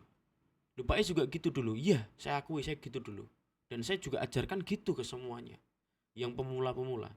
Ayo kita sadari dulu bahwa kita pemula. Dan kita terima dulu bahwa kita pemula. Dan kita laksanakan dulu. Toh gak ada salahnya kita 1:1 sebulan dapat 7%, dapat 8%. Syukuri itu daripada duit gak beranak sama sekali. Misal jenengan punya modal 10 juta Pak Maisa. Jenengan profit 800.000 sebulan loh Pak. Daripada duit 10 juta itu ngadep di BRI, ngadep di BCA. Malah hilang 35.000 buat admin. Bener gak? Tapi bisa beranak 800.000 sebulan di trading. syukuri dulu, baru nanti masuk ke level berikutnya. Ya itu kalau modal 10 juta.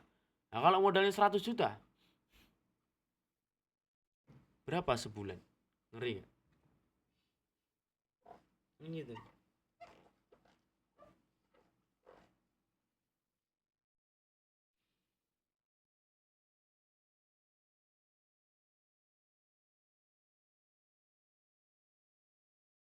Oke, Baik, Bagis. Terima kasih. oke, siap, mantap. Anytime, Pak. Monggo yang mau tanya lagi. Silakan.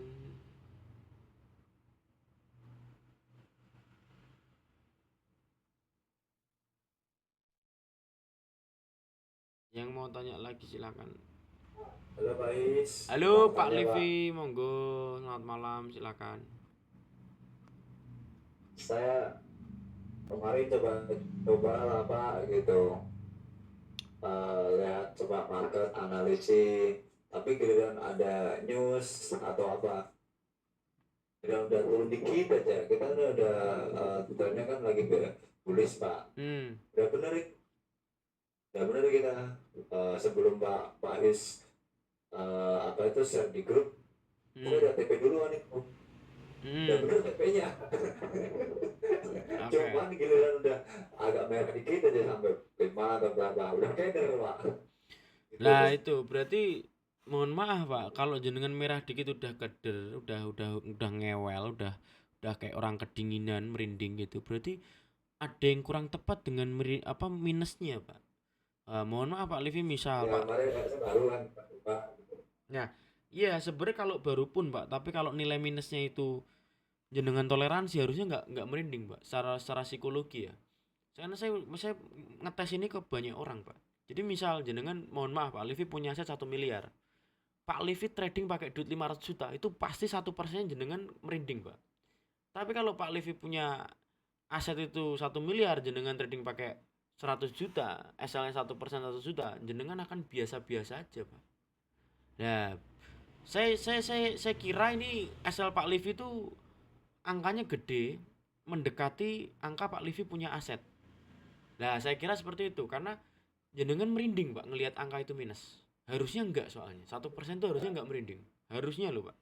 Misal saya punya 500 juta Pak Livi, saya ngelihat SL 5 juta, saya 500 juta modal. Misal ya ini ya, saya nggak pernah ngomong modal saya berapa, itu rahasia dapur saya. Cuman kalau misal SL saya 1% 5 juta, saya nggak akan merinding Pak, karena modal saya 500 juta. Nah gitu loh.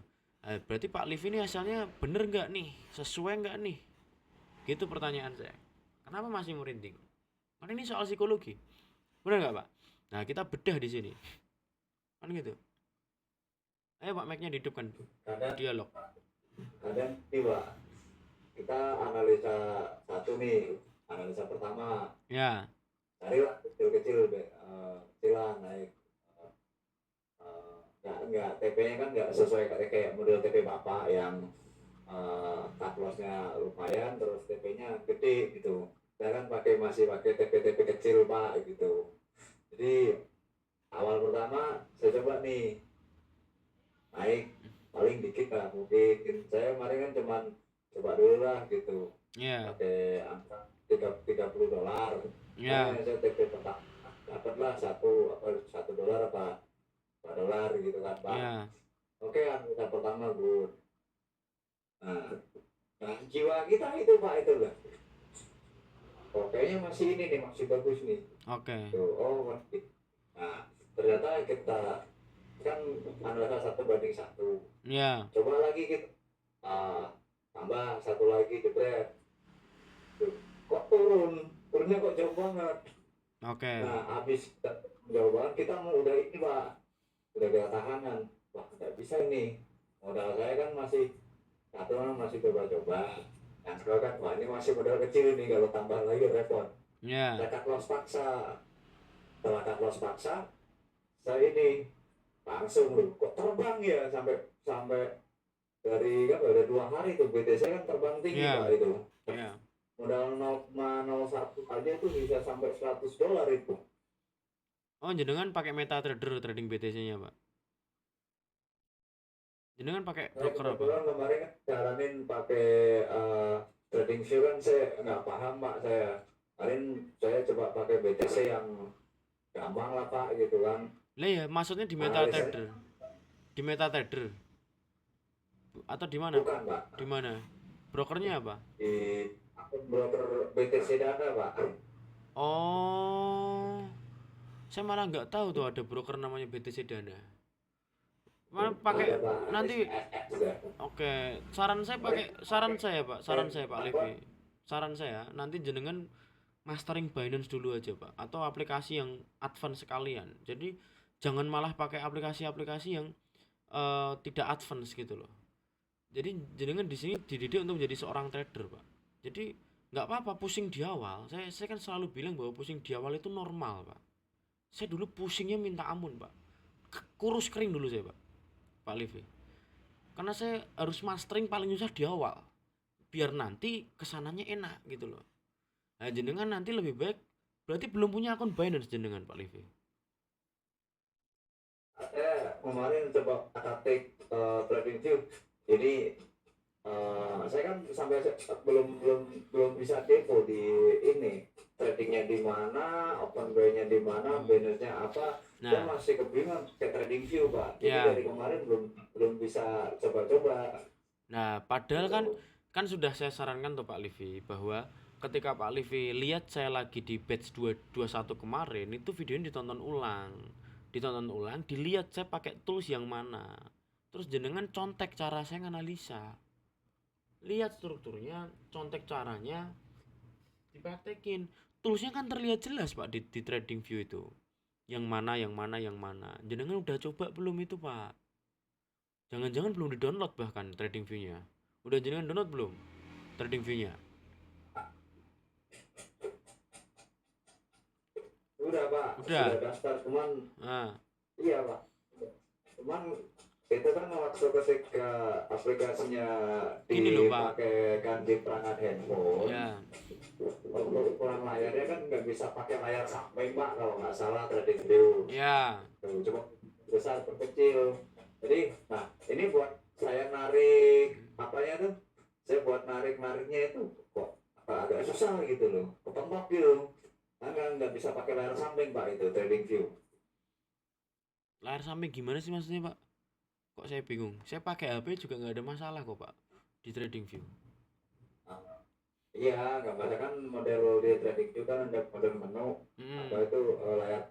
Nah, layar penuhnya itu kan kalau yang misal nih kayak di MT5, kalau kita kayak nonton anime lah Pak, nonton anime kan. Jadi kan ketika Oh, HP dingin kan nanti kan ikut-ikut lebih tampak gitu loh, maksudnya lebih tampak layar full penuh. Ini enggak, ini cuman kayak kayak apa tuh, kayak layar penuh hampir sama, kayak antara layar biasa sama layar penuhnya di samping nggak bisa gitu loh.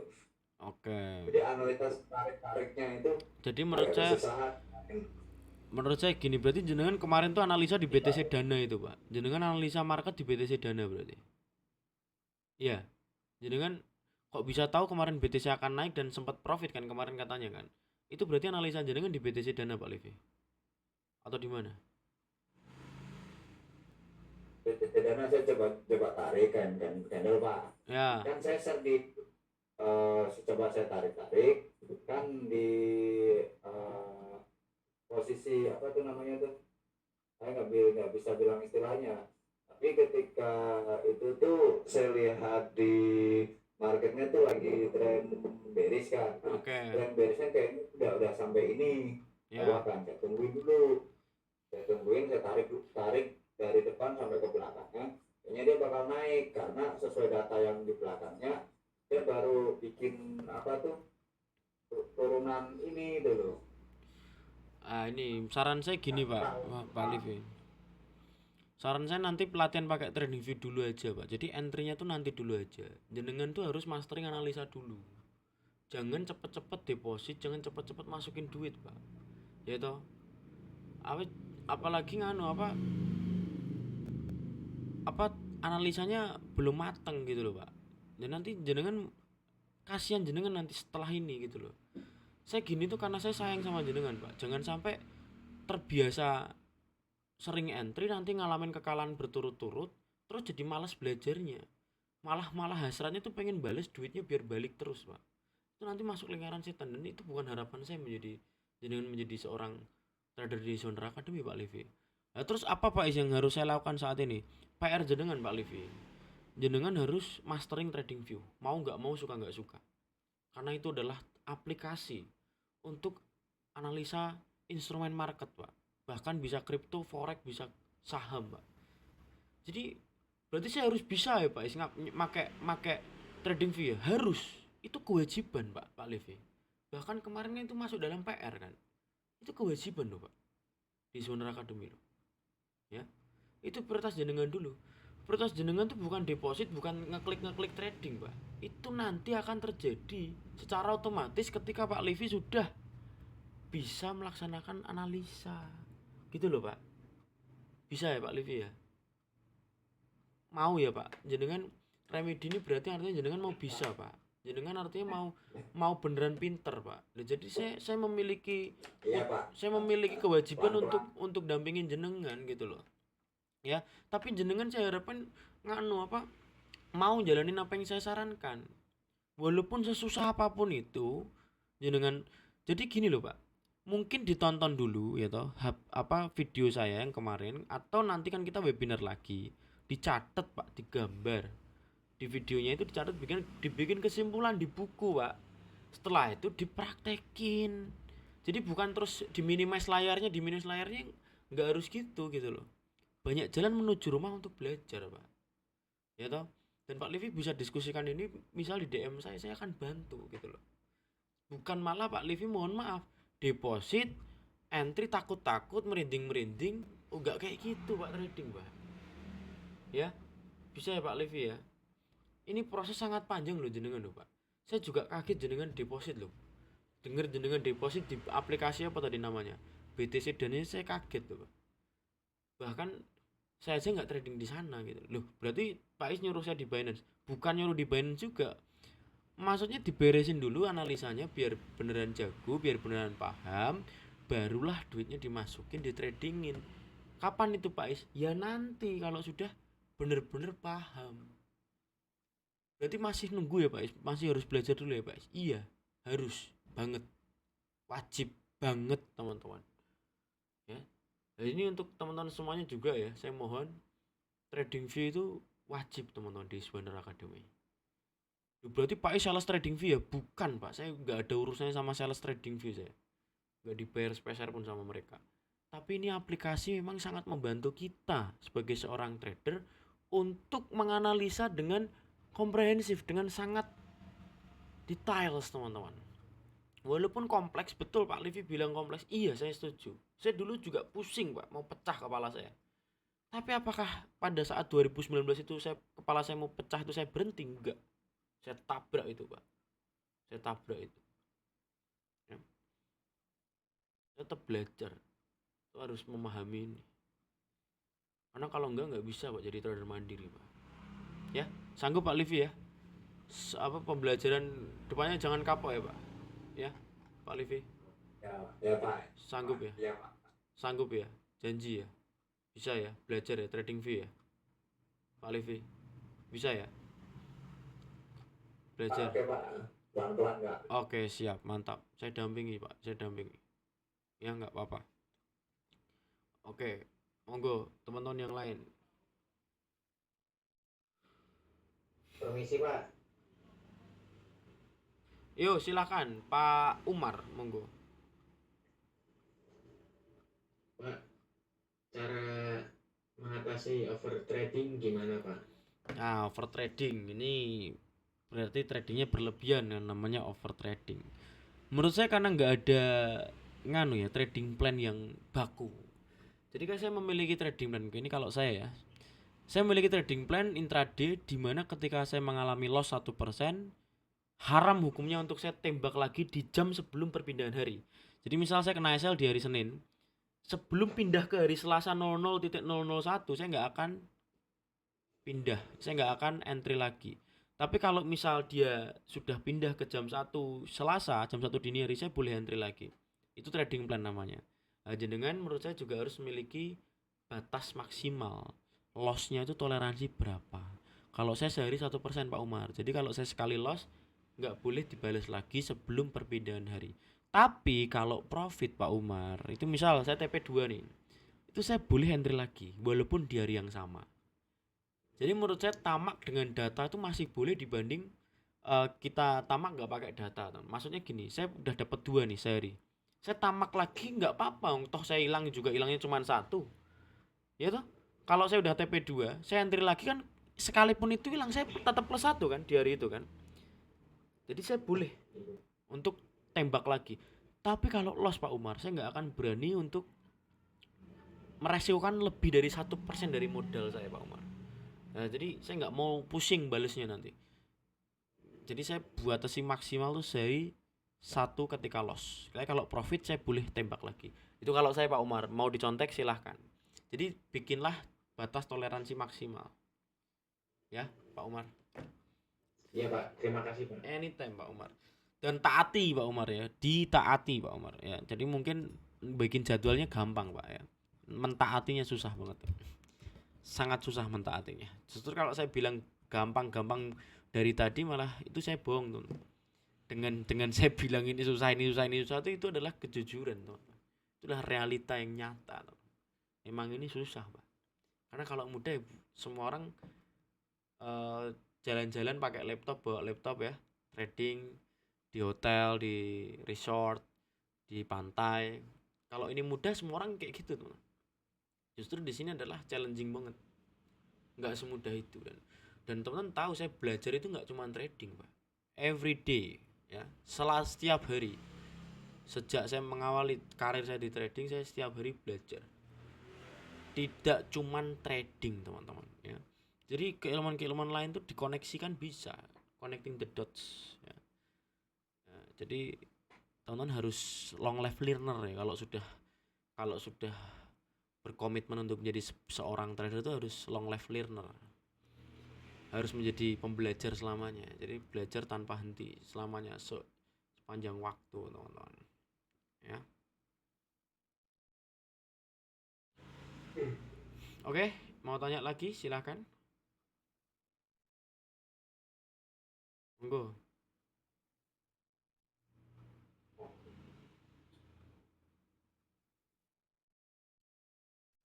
Pak Ajun mau tanya, silakan Pak Ajun.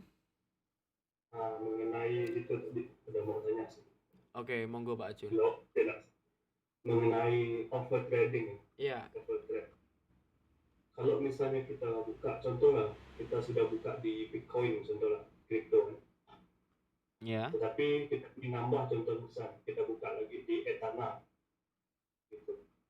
Tapi pas di Bitcoin naik, tapi di Etana turun. Itu gimana cara kita mengatasinya? Oke. Apakah kita terus menambah buka trade di Bitcoin untuk membalas atau gimana gitu? Jadi gini Pak, kalau trading plan saya nanti kan saya ajarkan juga, ini kan belum kita mulai ke technical ya. Jadi saya memiliki trading plan yang nanti akan saya share, dan yang saya ajarkan itu trading plan saya teman-teman. Jadi teman-teman di Zuandra Academy itu tidak akan belajar keilmuan yang universal atau keilmuan bola liar gitu. Saya masukin materi enggak Pak, tapi saya melakukan apa saya ajarkan gitu loh. Nah nanti akan saya ajarkan urutannya. Jadi kalau saya trading Pak, itu pertama saya harus tahu BTC-nya kemana dulu. Itu nomor 1. Nah begitu saya tahu BTC-nya kemana dulu, dan saya pasang targetnya BTC jaraknya kira-kira masih oke nggak, ngejar resisten atau ngejar supportnya masih oke nggak, kemudian saya cari altcoin yang jaraknya juga mirip-mirip, ngejar resisten ngejar supportnya. Nah baru saya cari polanya. Nah, jadi pertama yang saya harus lakukan adalah saya cari BTC-nya kemana dulu, baru saya ikuti di altcoinnya. Kalau misal pertamanya yang ngikut Pak Is, tapi setelah aktif ordernya, pending ordernya aktif, malah altcoinnya pergerakannya berbeda dengan BTC. Yuk kalau gitu namanya apes, itu sama dengan kita kena SL aja, ya udah SL aja. Gitu. Dan apakah saya pernah gitu Pak Ajun? Pernah Pak, tapi nggak sering, jarang banget. Jadi pas nggak saya entry, dia sama tuh strukturnya tuh. Saya tembak polanya, BTC-nya turunnya cuma 1 candle merah kecil, di koin lain jebret langsung makan SL Pak. Apakah pernah Pak kayak gitu? Tapi nggak tiap hari. Yang sering saya dapat itu yang sering benernya. Gitu Pak Ajun. Tapi nanti saya sharing lebih detail ya. Kira-kira gitu. Urutannya Untuk gitu. Ada lagi monggo Pak.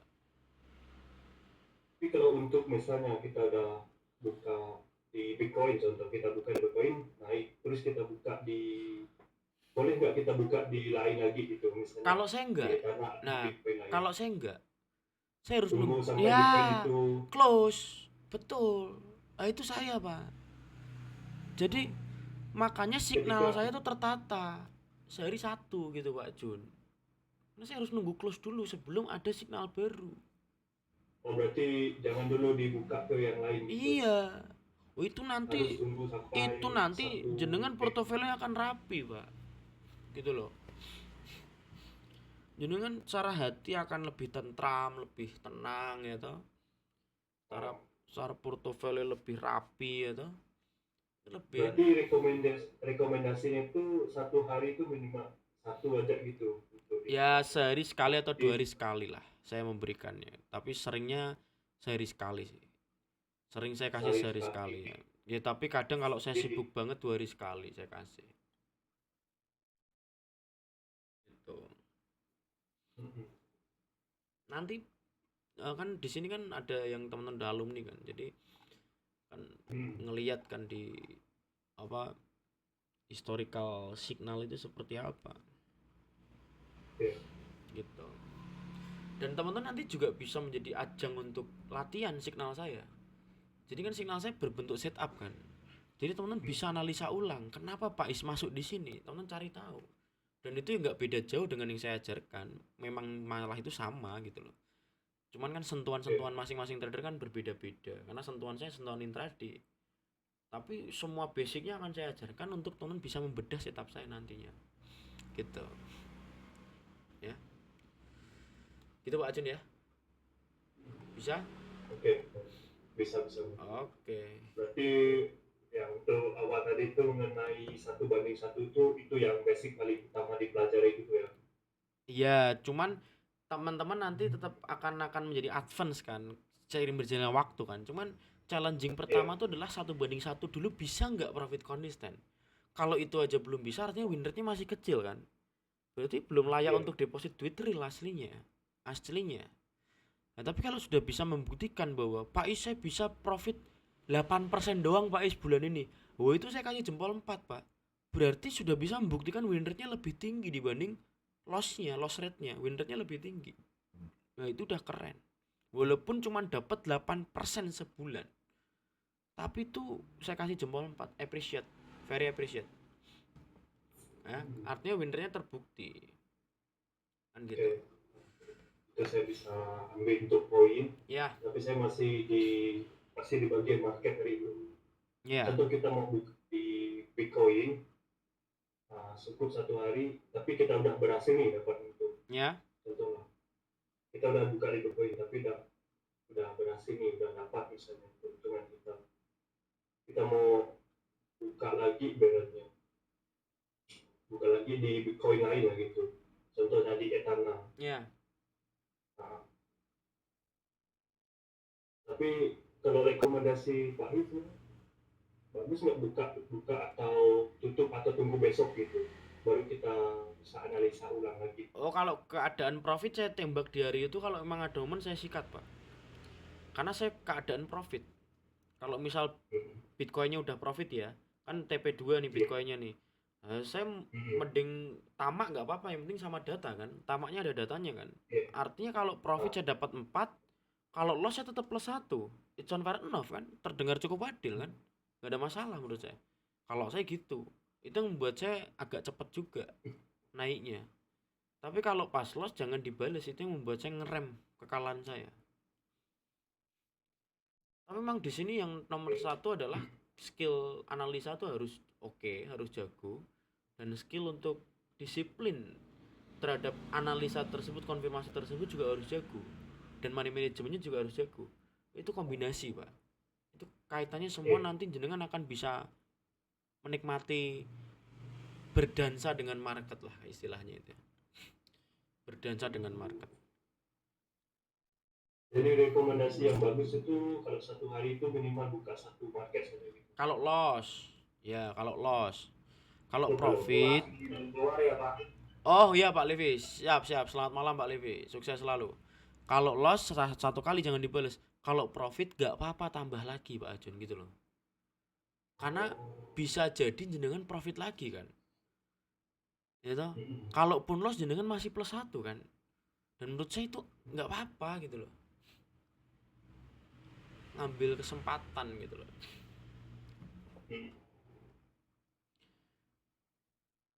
Tapi kalau misalnya kita sudah profit, kita mau berhenti, terus kita lanjut besok lagi, itu nggak masalah juga. Nggak apa-apa juga. Itu tuh bukan aturan baku Pak. Itu absurd aja. Jadi jenengan akan punya ritme sendiri kok Pak, saya yakin kok. Ya, jenengan akan nemuin ritme sendiri itu. Gitu. Pasti menemukan Pak Ajun. Nggak mungkin enggak. Saya yakin Pak Ajun ini serius belajar di trading karena pertanyaan-pertanyaannya bagus. Jadi saya yakin jenengan pada perjalanan nanti akan dapat ritme jenengan sendiri yang mana mungkin bisa lebih baik dari saya nggak tahu ritme itu ya. Ya, tapi diawali dari diskusi ini akan membuka hal-hal baru nanti pada saat berprosesnya Pak Ajun ya. Oke? Oke, baik. Berarti untuk stop loss yang dibatasi gitu ya. Ya, stop loss yang dibatasi, betul. Dan itu kan susah Pak ngendalin diri Pak, karena orang rasa sakit tuh pengennya dibalas cepat. Itu manusiawi banget kok, manusiawi banget. Nah, jadi kalau semakin kita paham psikologi, semakin enak trading. Semakin kita sadarnya banyak. Jadi, kita kan ketika kena loss pasti pengennya cepat-cepat balas karena kita tuh lagi tersakiti Pak dari loss tersebut. Nah, bagaimana cara kita mengubah perspektif bahwa kita loss sama dengan tidak tersakiti? Bisa nggak kita ubah itu? Harusnya bisa. Dengan cara apa? Dengan cara dibikin cuma 1%. Mosok jenengan punya 100 juta hilang 1 juta marah-marah Pak Ajun? Menurut saya enggak lah. Enggak lah. Kalau Pak Ajun punya 100 juta hilang 10 juta marah nggak Pak? Orang normal marah. Tapi kalau 100 juta menurut saya 1 juta hilang besok dibales nggak marah deh. Ya toh? Lah itu tekniknya. Dan bahkan kita malah membalasnya kalau sampai 10 juta itu. Nah, kan gitu. Nah iya. Niat hati balas itu tinggi. Nah, niat balas dendamnya tinggi. Nah, itu karena tersakiti kan Pak Ajun kan? Bener nggak? Waduh, sialan duit gue hilang 10 juta, sisa 90 juta doang nih. 1 juta. Nah, Kalau 1 juta dari 100 ya. nah. Tapi kalau 1 juta dari 100 menurut saya ya hilang lah, gondok tapi ya aman lah, besok balik kan gitu tuh. Ya toh Pak? Iya. Nah, saya kemarin ya di Bali teman-teman, saya sharing ini ada kaitannya sama pertanyaan Pak Ajun soalnya. Saya tuh dari villa itu jam 3 sore, saya minus 1%. Saya masih floating plus. Saya masih floating plus 0,9%. Berarti kan hampir TP1 kan. Belum saya TP dong, secara rules kan. Saya keluar parkiran Pak. Saya ke Canggu, saya ke Bali. Begitu saya sampai parkiran di The Lawn itu ya, di beach clubnya itu, saya lihat HP Pak, jebret. Ternyata kena SL Pak. Padahal dia udah hampir kena TP1. Terus kena SL. Apakah saya mengcancel Pak? Saya sunsetan di The Lawn, Canggu. Apakah saya cancel saya main ke beach club tersebut? Enggak. Saya tetap parkir, saya tetap masuk, beli open table ya, bukan open sofa, open table. Saya tetap menikmati sunset, nggak ada masalah. Karena hilang saya berapa Pak Ajun? 1%. Nah itu saya live TikTok itu. Monggo Pak Ajun, monggo. Oke, pertanyaan terakhir nih. Ya. Contoh, kita profit 1:1 lagi. Kita profit misalnya profit 1 juta gitu kan? Ya. Kan Pak His bilang tadi itu boleh kita mau tambah lagi. Kan? Betul. Terus kita pasang lagi nih, mau tambah lagi 1:1, tiba-tiba loss 1 juta. Itu pendapat Pak His ya, lanjut lagi ataupun tunggu besok? Menurut saya kalau 1:1 jangan entry lagi. Yang saya maksud kan 1:2 tadi Pak. Ya toh? Nah 1:1 ya udah disyukurin aja hari itu. Besok lagi gitu. Tapi kalau yang saya bicarain tadi kan adalah 1:2. Kalau kita udah plus 2 hilang 1 kan masih kita untung. Kalau cuman 1:1, mending jenengan sehari sekali sebulan